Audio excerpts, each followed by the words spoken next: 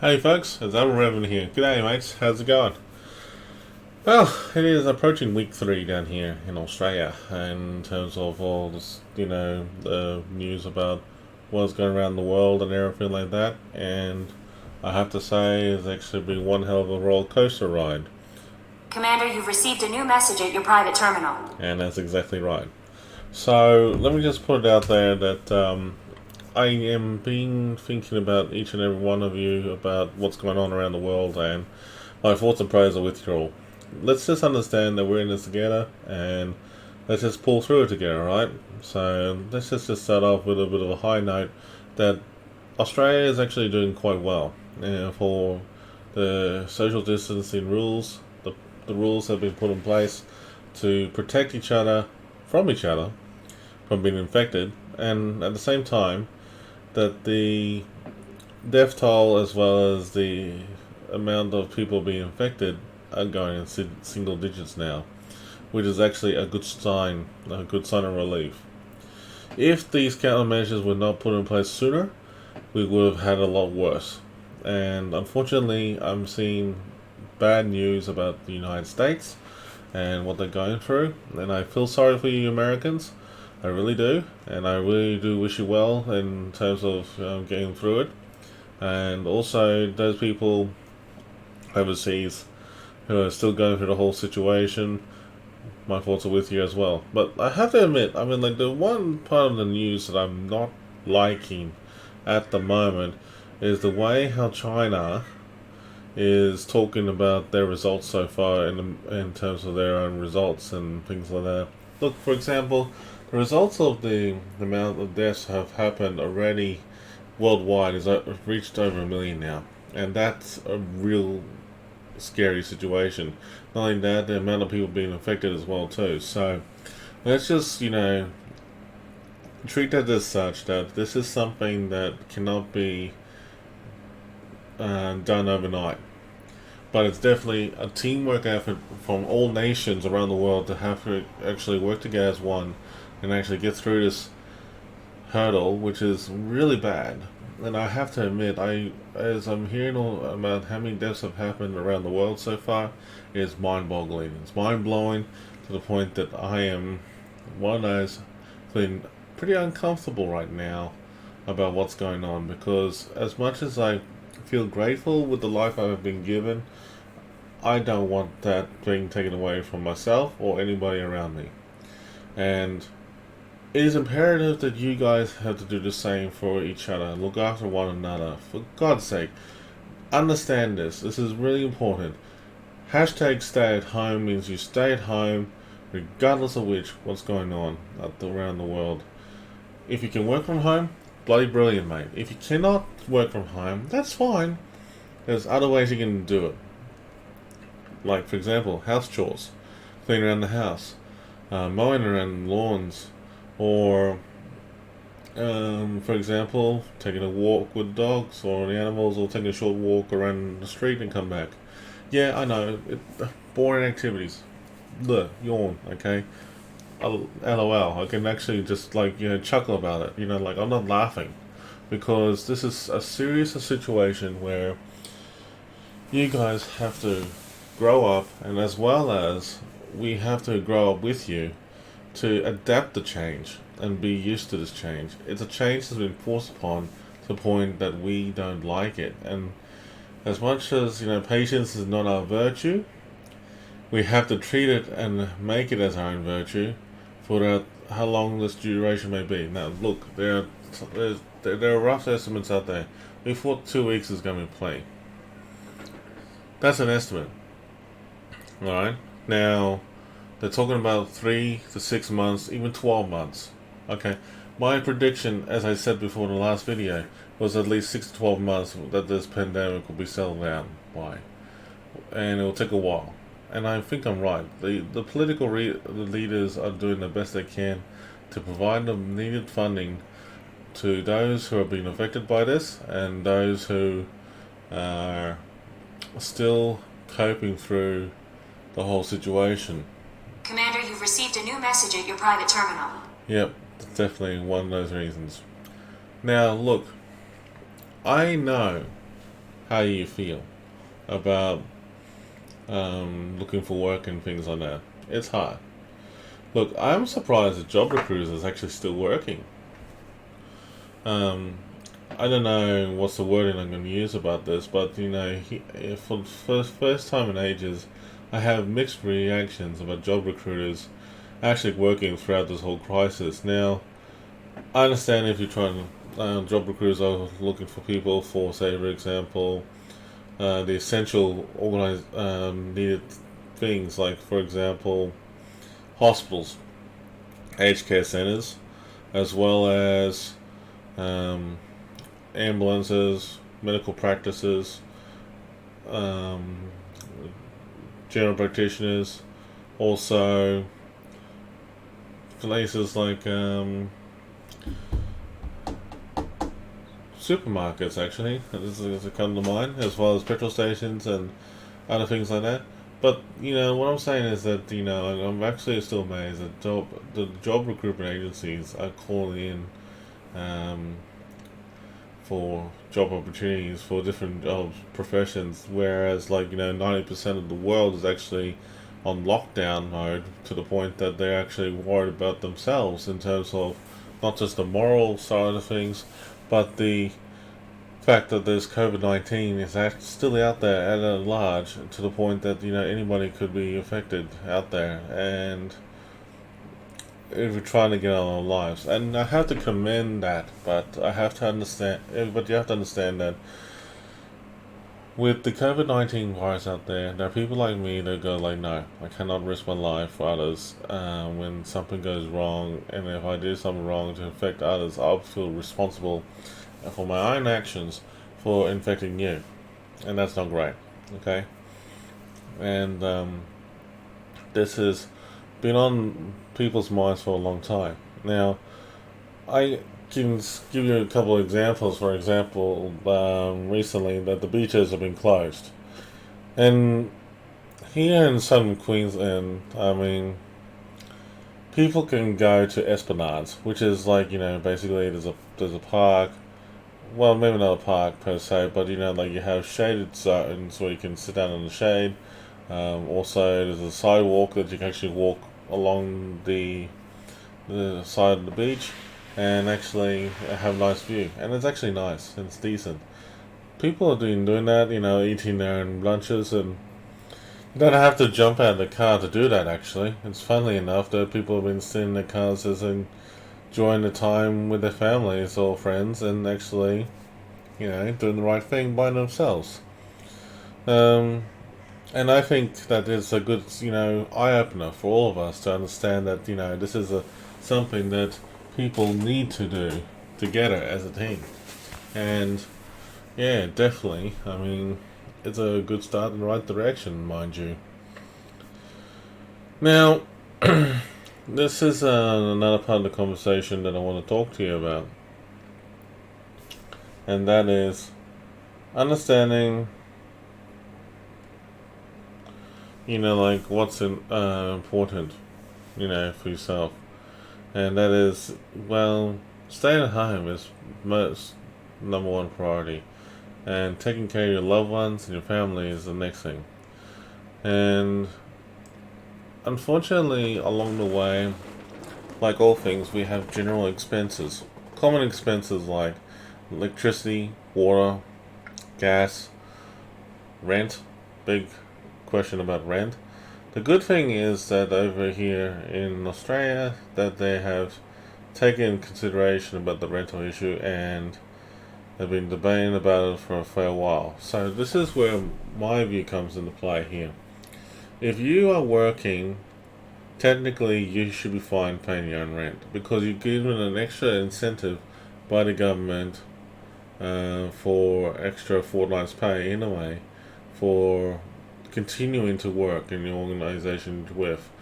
That's if you're meeting the minimum requirements. I think it's 12 months in your current job before you actually get the entitlement, something like that. Anyway, the point is, given this extra money, and you can pay your rent, and you should be able to still afford it. That's not the issue. The issue that I'm hearing is that is a bit of a tenfold case where people are actually lost their jobs and they're affected by it and they don't know what they're going to do. Well, in short, I think from my side of it, yes, you're entitled to gain something out of it, some rent relief. It doesn't have to be full rent relief. For example, the whole rent costs of what you pay to live there.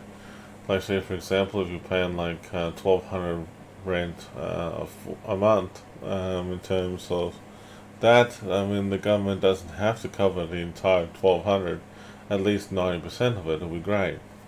Look, some electricity companies and water companies, for example, have taken an initiative saying that, look, we understand the situation of the pandemic, we understand that these things are going on, but the good news is that we actually taken liberty of putting extra like $100, $200, $300 into your account just to help get you by in the meantime when you pay the rest of the costs. And I think that's fair, mind you. I mean, like, you can't run away with it scot free for the paying your own costs for electricity and water, and probably gas as well. But the only thing I can see about rent as such for residential side of things, commercial side of things, I mean, like, I understand fully. You can actually lower the rent to the point you can actually have no rent at all, or defer the rent to a minimum payment so that they can actually keep going. For example, back in the time was announced for rent to be reduced or anything like that, a Sydney couple was actually facing a situation that they did not know what they're going to do about their own rent for their home. And, well, life's tough for them because they both partners lost their jobs. Both partners are facing, a situation where they don't know if they can afford or not. And my heart, as long with side with many others, actually felt for them. And the story turned out that it was a very good ending in the end, was that the landlord had actually minimized the person's rent to a very low repayment, that he felt was actually beneficial for them to actually get over the hurdle in the next 6 months. It doesn't give them an excuse, though, to have parties and actually go and piss every night. When I talk about piss, I'm talking about getting drunk. So that's something that you have to understand, that once you've been given these benefits, it's easy for someone to take it away, and if it's once taken away, it's not easy to give back. So do me a favor, don't screw up the system. The system is there for you a reason, and these people who are getting benefits are entitled to do so. But if you want to really, cause problems, that's the way to do it. Actually lie to people and actually make your own bed and lie in it. Don't do that. Regardless of which, don't do that. Okay. So my hand's a bit numb. That's why I'm stretching every now and then. Look, when you're having rent expenses and you're on welfare benefits, take it as an opportunity. But understand this: one day they might ask for it back when you're working full time. And when you do, whether you're working full time or not, make sure you're actually been using the money wisely. And feel free to keep receipts or any evidence to show your cause that you've been doing it. Just like I think, the government or anyone else might be asking for it if you have been using the money for it. So you have to show proof. Now, streaming online has been a great thing for a lot of people out there. Master Media is a good example for Anime War, a very series that I loved and enjoyed. I want to say thank you upfront, Master Media, for you and your friends and teammates that worked very hard in this project for making Anime War an exhilarating and incredible experience that people love watching online. Unfortunately, when the content was taken down due to copyright situation with Toei, which I'm hoping things will get alleviated in the near future, because the way I see it, with the COVID-19 situation as it is, we need that fun and excitement that brings the fun, the joy, and love in the hearts. I don't think Toei would want to really ruin people who doing animations for fun. And even though it's like, referring to a good franchise like Dragon Ball Z, for example, or Bleach, or Naruto, or Kenshi, or anything like that. But the point of the matter is that it's there for a reason, to have fun. So, Mass Effect. Oh man. Okay. That ringtone you've been hearing every now and then Commander, you've received a new message at your private terminal. is from Mass Effect. Yes. That voice right there is from Trainer, I think. Or Elizabeth Lockley, or whatever her name is, from Mass Effect 2 or 3. Anyway, that is one hell of an interesting game right there. I put it in the wallpaper for you to have a look at. It's actually Take Earth Back. That's actually a very good wallpaper done by the people who made it. So I have to admit that when I first saw this, I thought it was an awesome wallpaper to show it off to you. But yes, Mass Effect 1 is actually very good to play. I hope EA and BioWare will actually make a remastered edition with a better approach for the game, to have a better interface and actually make it a bit more enjoyable, actually. Because Mass Effect 1 was the greatest game in all time. When I was back in university studying at the time, I was doing my university studies. I remember playing Mass Effect 1 the first time round. And, mate, I have to admit, it was a good game. It was a damn good game that I really enjoyed it from start to finish. If I remember correctly, Mass Effect 1 was one of those games that it reminds me of like how Knights of the Republic first started. And in terms of like the gameplay, the dialogues and all the choices and that. But the thing is that with Mass Effect, the whole trilogy as such, except for Andromeda, which I'll talk a little bit later, is that all your choices mattered all the way through from start to finish. And it basically, you had one way of how you turn the story about Shepard, which is you, from start to finish. And basically, it's like in our real life situation right now, that any decisions we make right now, we can't easily take it back, but we also have to learn from it. So that's basically, Bill Gates' own saying about like learning from your mistakes. And everyone, does make their own mistake, alright? So basically, I just give it a chance, a benefit of the doubt that, people do deserve better. So, Mass Effect 2 is actually very well done. I mean, instead of using the Unreal Engine that Mass Effect 1 did, they used Frostbite engine for the first time in Mass Effect 2, and it looked absolutely fantastic. The graphics were very high core HD quality, which is high definition quality, and I thought it was actually very, very exciting. In the first 30 minutes of the gameplay, I was actually very surprised that your character actually did die and then come back to life. But that's how the gist of the story goes, that you are helping for a different organization this time around that has their own agenda. And actually towards the third Mass Effect, you learn a lot of things between the Mass Effect 2 and 3 coming up. Basically, in Mass Effect 2, you find out that the intentions from the elusive man are either good or sincere or not. So that's something that you have to take into consideration for yourselves. Now, I will admit, I have played Mass Effect 2 a lot more than Mass Effect 1. I looked at how many hours I played, about 1900 hours for Mass Effect 2. Mass Effect 1 was only about 1400 hours. That's actually not bad at all things considered, how I've been playing it over the years, and still do. Mass Effect 3 And the good thing about it is that um, Mass Effect 3 follows up from Mass Effect 2, whatever choices you made pretty quickly. And you're not starting to notice it pretty quickly for yourself. A good example was that when I was playing in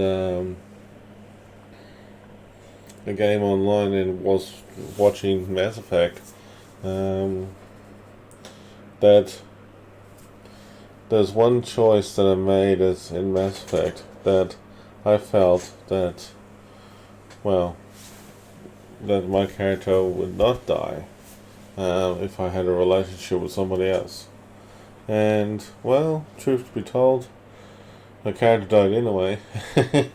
But, like when I was reborn the second time around, they had trouble accepting I was back. Like, for example,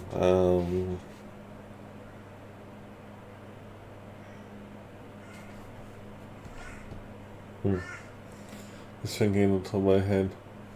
Let's just say, for example, you started romancing the art to Sony in Mass Effect 1, and then in Mass Effect 2, you started romancing Tali. So, in all seriousness though, I think that Mass Effect overall is still a good game to play.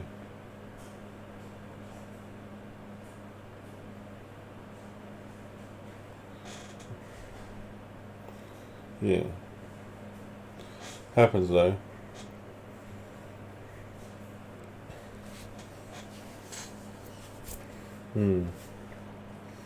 Just give me 1 second, I'm thinking. Yeah. Give me one moment, I'll be stand up 1 second.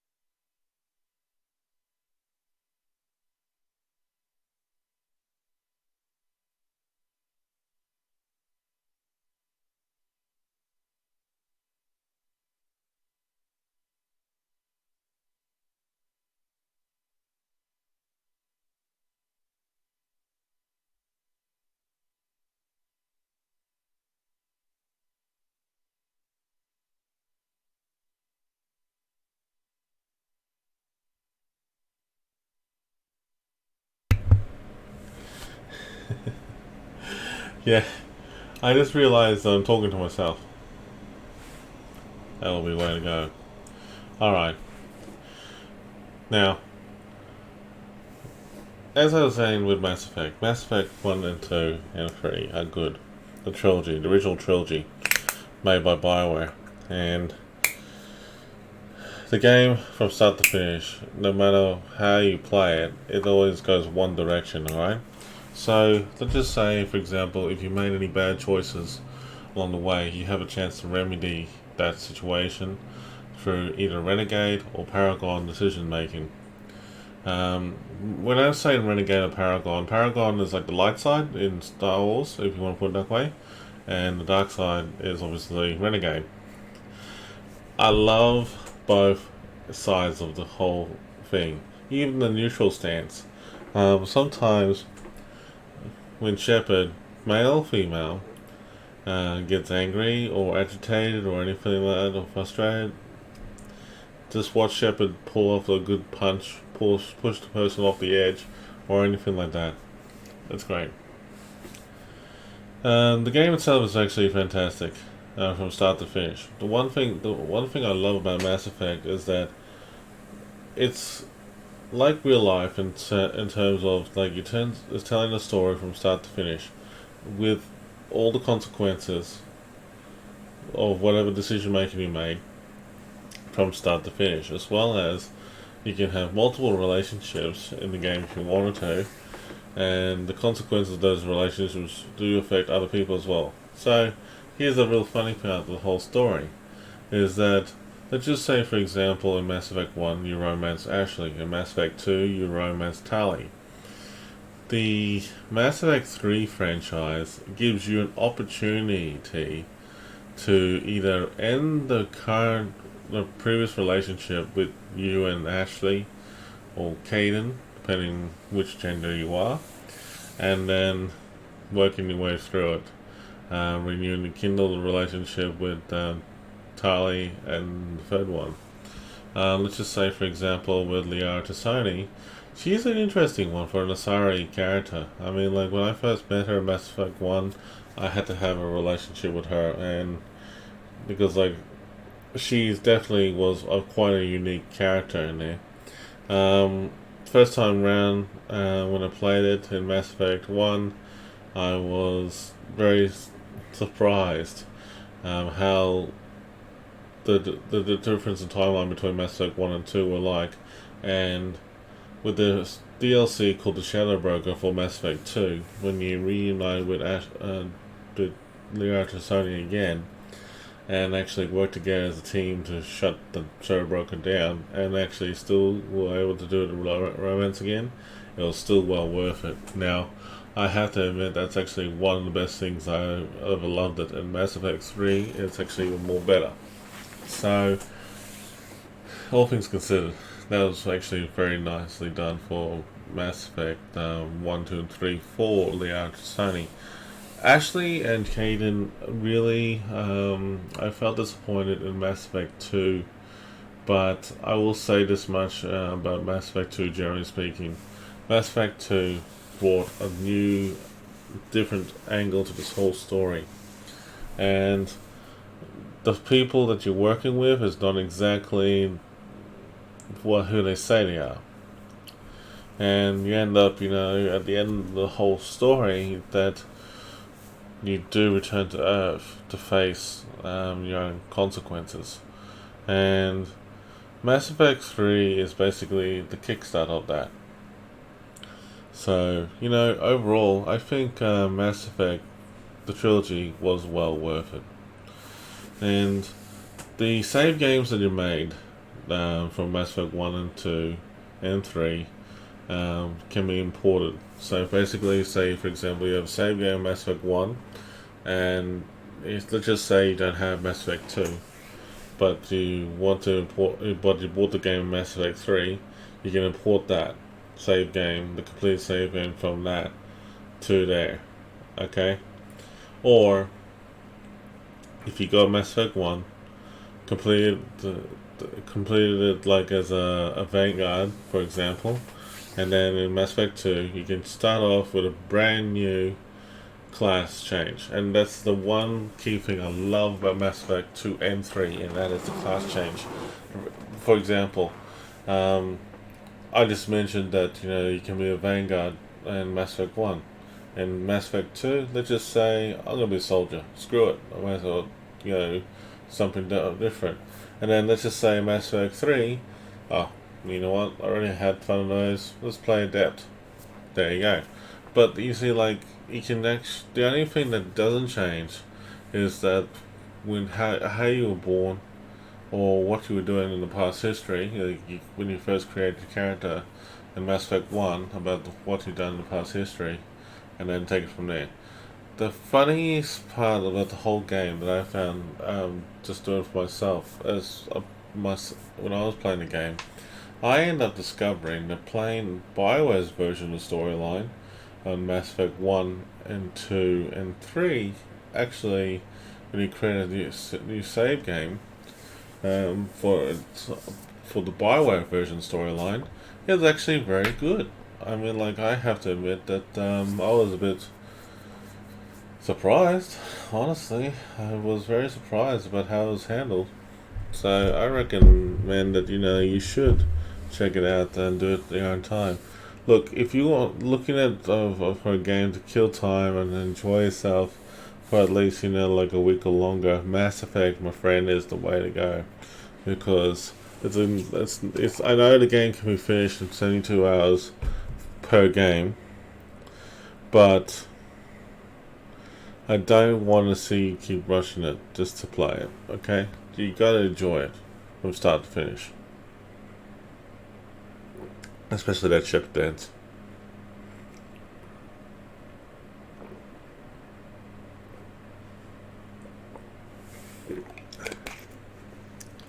Now, the ending for Mass Effect 3. People ask me what was the best ending. Well, when I first played Mass Effect 3, I played it for 72 hours straight, and I remember the last 15 minutes of my time that was spent on that game, that I was so disappointed with the ending. But I will be honest with you, it's a damn awesome game from start to finish before that happened. Alright? Just the ending sucked. And I was disappointed with it because you have 3 choices. Actually 4 with the DLC. And honestly, it really comes down to military assets, how much you got in there, the choices you made, and what you did to get to that point. So, I think the battles and the anticlimax and everything I did before that and lead up to it, the main battle, was well worth it. Yeah. It's hard to say. It really is.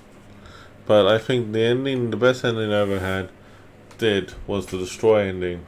Actually, destroy the Reapers, save the galaxy, and Shepard, well, that depends what happened afterwards. But I played through these about 8, 9 times now.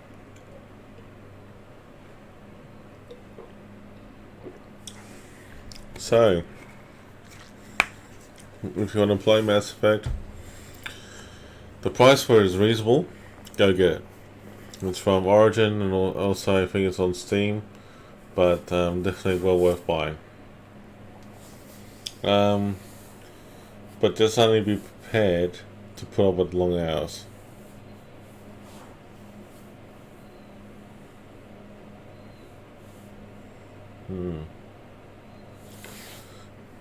My friend Chaos has become a partner with Twitch, and that's actually fantastic news. Actually, very proud for you, man.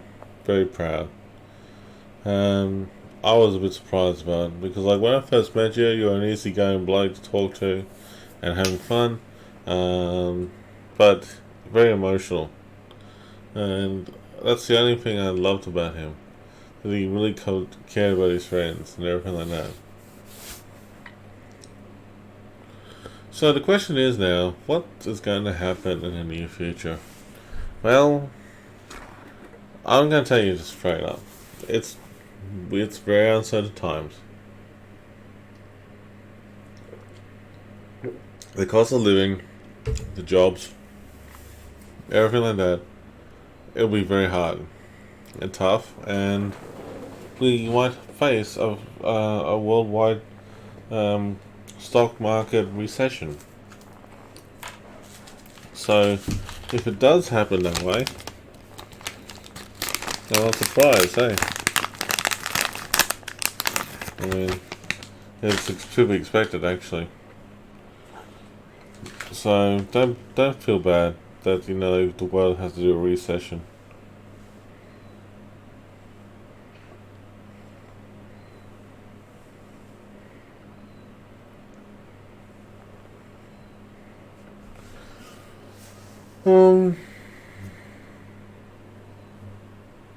Yeah. Let's see. Job-wise, all I can say is hang in there. But I will say this much. Some jobs that you are used to going into with a big wage may be dropped. So, just understand that, because the way the market is, how many people have been left unemployed. I only hope that the cost of living doesn't get up either, because we need to recuperate from where we are and actually work on it. I know grocery shopping has gone up a little bit, but I have actually done everything I can to stop doing that.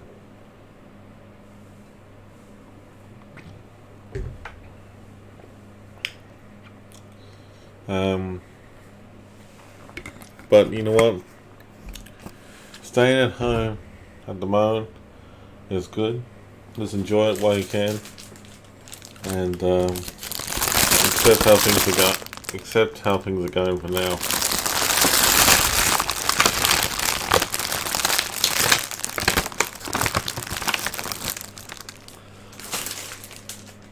Terribly sorry about that.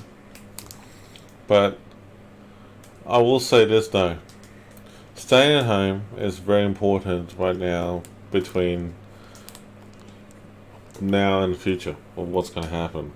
I think that, if they're saying that this whole thing will be blown over within 3 to 6 months or 12 months, just go with the flow and hang in there. Try and treat patience as your virtue. The only best advice I can give you for a situation like that, well, praying, if you believe in praying, is good. But if you don't believe in praying, talk to your friends, meet new friends online, and become their friend. And also, don't feel bad that we're actually doing this whole situation again. That's why I left, the wording take back Earth. Basically, we need you to take back Earth from the plague once it's all sorted.